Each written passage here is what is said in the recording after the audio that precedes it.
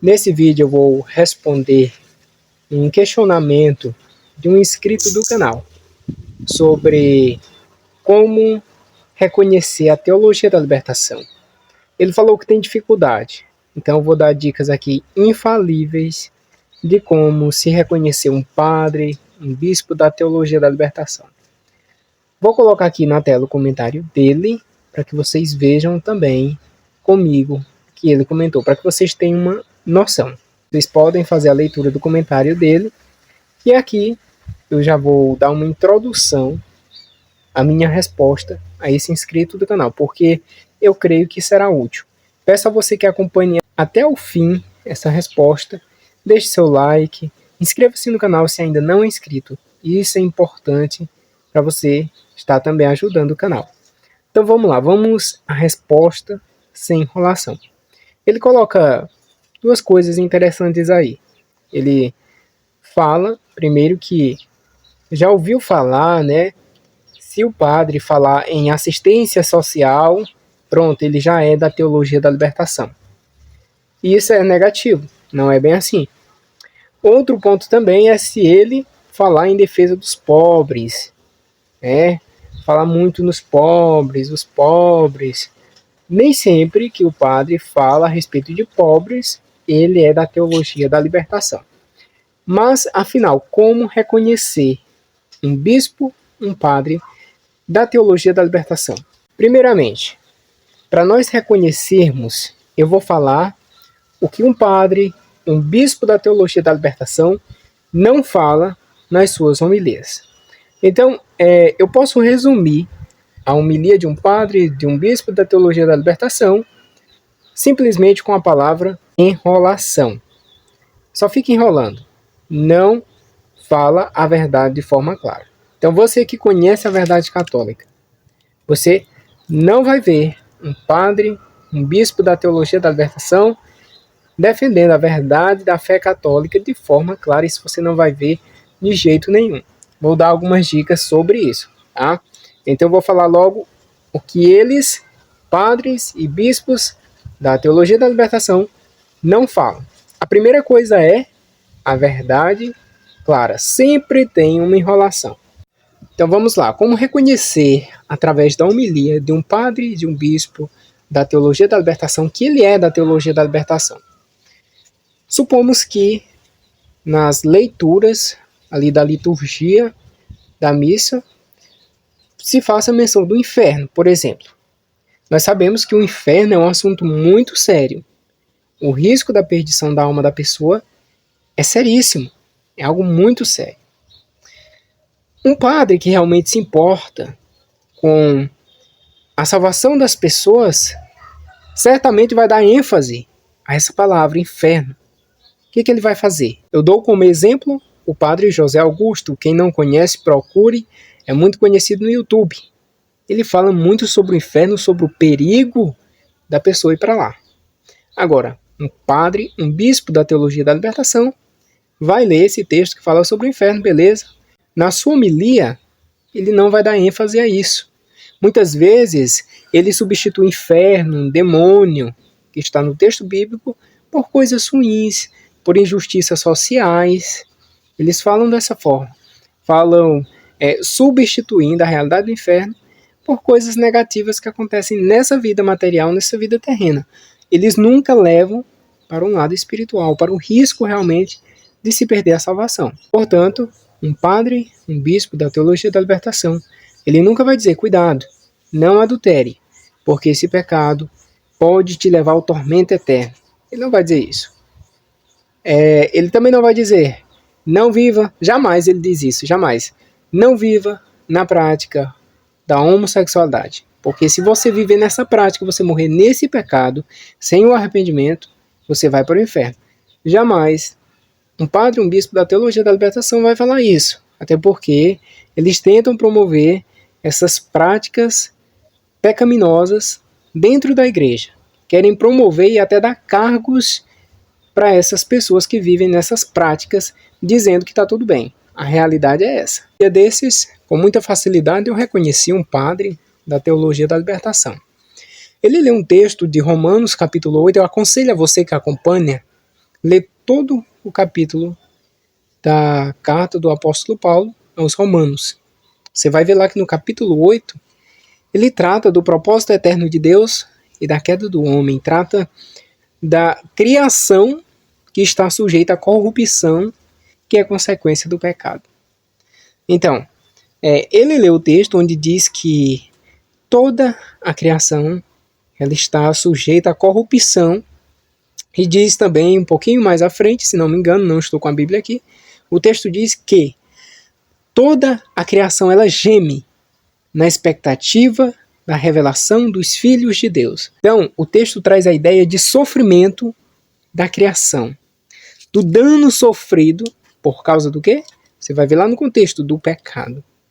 Consequências, a morte, a dor, as angústias que a humanidade enfrenta, que toda a criação está danificada, até a natureza mesmo, por questão da consequência do pecado. Mas esse padre não falou isso de forma clara, tanto é, não me lembro dele fazer menção a pecado, não me lia. Do que o padre foi falar? Foi falar do meio ambiente, foi falar de árvores que estavam sendo destruídas. É verdade que a natureza está sofrendo também, sim, lógico, mas a razão primordial, a razão principal é o pecado que traz essas consequências, e a pior consequência do pecado não é a destruição de árvores, jamais. A pior consequência do pecado é o inferno que o ser humano está sujeito se não se arrepender, se não se colocar nos moldes da palavra de Deus. O ser humano está sujeito a essa perdição terrível, mas o padre não fez nenhuma menção. Então, como reconhecer esse padre da teologia da libertação? Ele não dá ênfase à questão como inferno, demônio. Pronto. Vou falar aqui um pouquinho. Padre da teologia da libertação, ele sempre vai substituir demônio por coisas ruins ou, sabe, qualquer coisa. Não vai tratar o demônio como um ser existente, como um ser pessoal, que tenta as pessoas para que essas pessoas pratiquem o pecado e assim ele tenha poder sobre a alma dessas pessoas. E assim ele possa levar essas pessoas ao inferno, onde ele está sujeito a passar toda a eternidade. Então é isso. Padre, bispo da teologia da libertação, não dá ênfase a inferno, demônio, e também não dá ênfase ao céu. Ah, mas o padre aí daqui, da paróquia da teologia da libertação, e ele fala do céu. Mas o céu, para a teologia da libertação, é o céu desse mundo material, é a justiça social.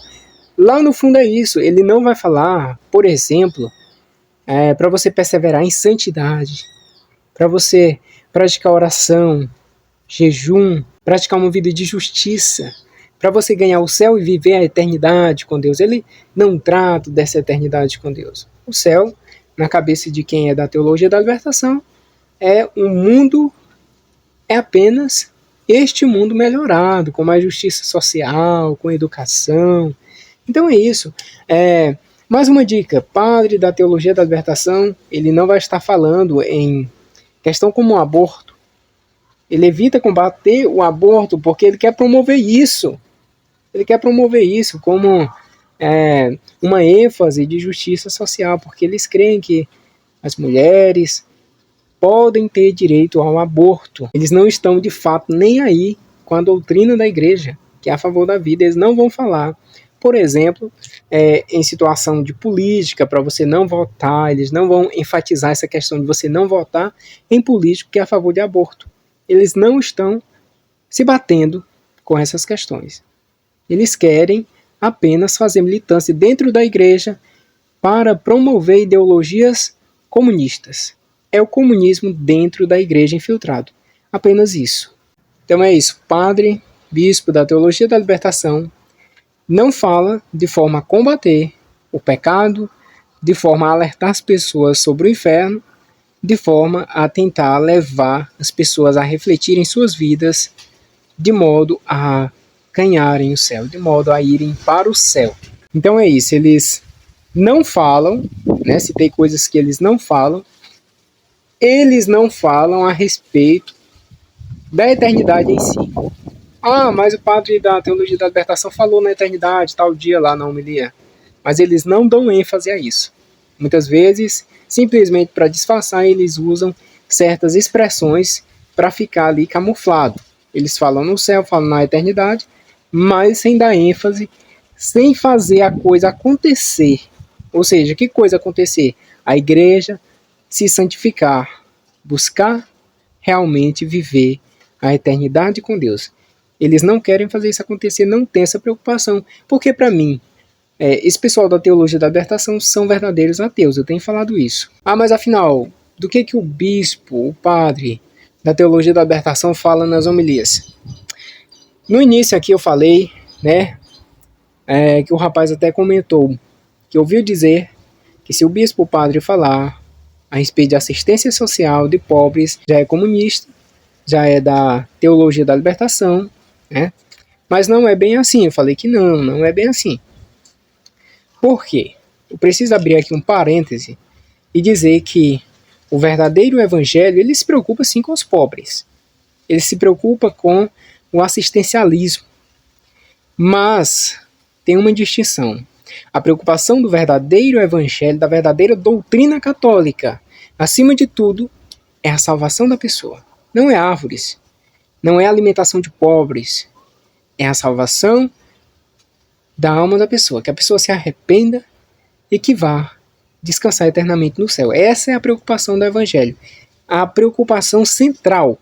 Então, o padre, o bispo da teologia da libertação, eles falam sim e enfatizam mais essa questão de justiça social do que o céu. Até porque eles não falam mesmo, assim, de forma clara, do perigo do inferno e da necessidade da salvação eterna. Eles não se preocupam com isso. Eles dão ênfase a questões sociais, a causas progressistas, estas coisas. Então já está ficando fácil reconhecer, né? Então eu vou dar um exemplo para você. Eu vi um bispo da teologia da libertação, com certeza, em sua homilia chegou para uma pessoa, né, foi lá no meio do povo, com aquela ideia. Eles tentam passar, outra dica, eles tentam passar a ideia de que todos são iguais, todos são filhos de Deus, todos têm os mesmos direitos, todos são bonitinhos, sabe? Essa é a ideia, que não é a ideia das escrituras. As escrituras falam do trigo, do joio, dentro da igreja. As escrituras falam dos filhos de Deus, dos filhos do diabo. Portanto, não existe essa ideia de que todo mundo é igual, todo mundo é bonitinho, todo mundo é perfeitinho, todo mundo é aprovado por Deus. Isso não existe. O Senhor diz na sua palavra, vomitar-te da minha boca. Ou seja, ele se refere a pessoas que realmente são abomináveis a ele, têm atitudes assim reprováveis. Nem todas as pessoas são de igual modo agradáveis a Deus.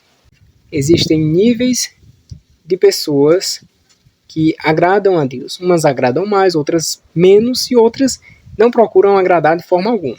Agora, voltando aqui ao bispo, que eu ouvi a homilia, que foi uma tristeza aquilo, ele chegou para uma mulher que não conhecia, obviamente, que estava sentada e chegou lá pertinho dela, disse, olha, você parece com seu pai, você parece com Deus, o filho tem o DNA do pai, papapi, papapá.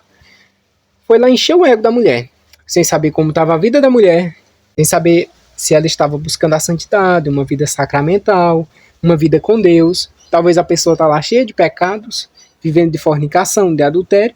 Aí o bispo chega lá enchendo o ego da pessoa, dizendo que se parece com Deus. Olha que blasfêmia. A pessoa entupida de pecados, aí o bispo chega, passa a mão na cabeça e diz, está tudo bem, você se parece com seu pai que está no céu. É aquela velha ideia de dizer que todo mundo é igual, que Deus ama a todos, Deus não condena. Isso não existe. Quem crê e for batizado será salvo, quem porém não crê será condenado. Esse é o evangelho.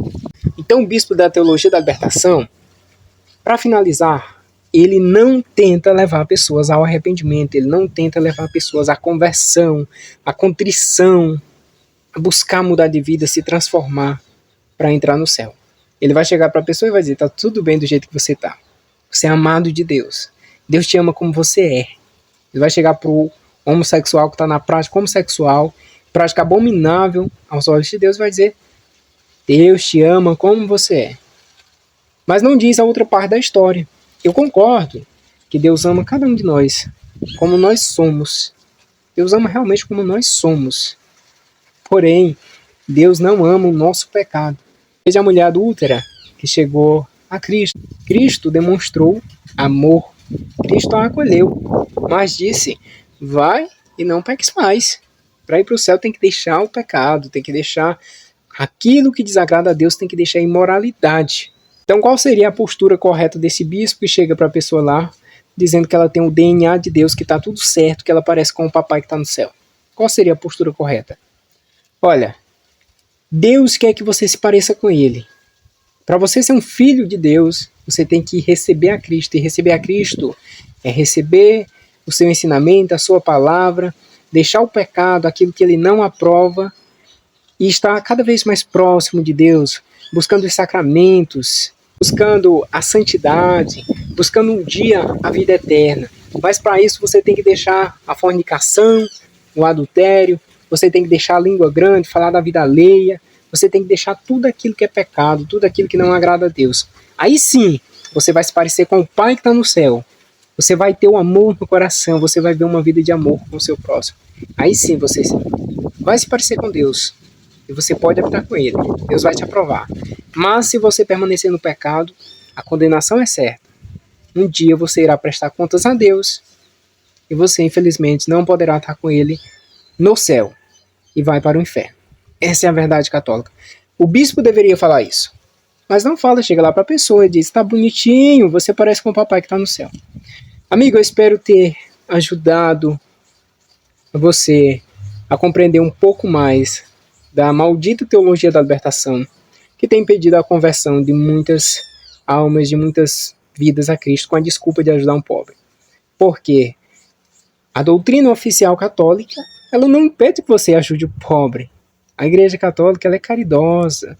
A palavra de Deus incentiva a caridade. Você não precisa transformar a igreja em assistencialismo social, coisa simplesmente material, esquecendo o aspecto transcendente da igreja e ficar só nesse mundinho material tentando salvar isso aqui, que um dia vai passar e só vai permanecer a palavra de Cristo, aquilo que é eterno, e aqueles que buscaram a eternidade com Ele. Então não adianta você viver só em torno disso aqui. Se essa teologia da libertação for um evangelho ao qual nós devemos aderir, eu prefiro ficar sem ela, eu prefiro o ateísmo, eu acho que é mais bonito que essa teologia da libertação. Mas, como eu sei que isso é falso, é algo diabólico dentro da igreja, eu prefiro a doutrina oficial católica, catolicismo de verdade, tradicional, e deixar essa imundície e deixar essa heresia de lado, e seguir com Cristo, vivendo o verdadeiro evangelho e buscando a eternidade, morar no céu com aqueles verdadeiros católicos, verdadeiros fiéis a Cristo. Há ainda, eu não sei se muitos, mas ainda há sacerdotes no Brasil que não se contaminaram com a teologia da libertação e incentivam as pessoas a buscarem a conversão, a buscarem o céu. Então, gente, é isso. Inscreva-se no canal, deixe seu like. Até o próximo vídeo. Espero ter contribuído aqui com relação à teologia da libertação.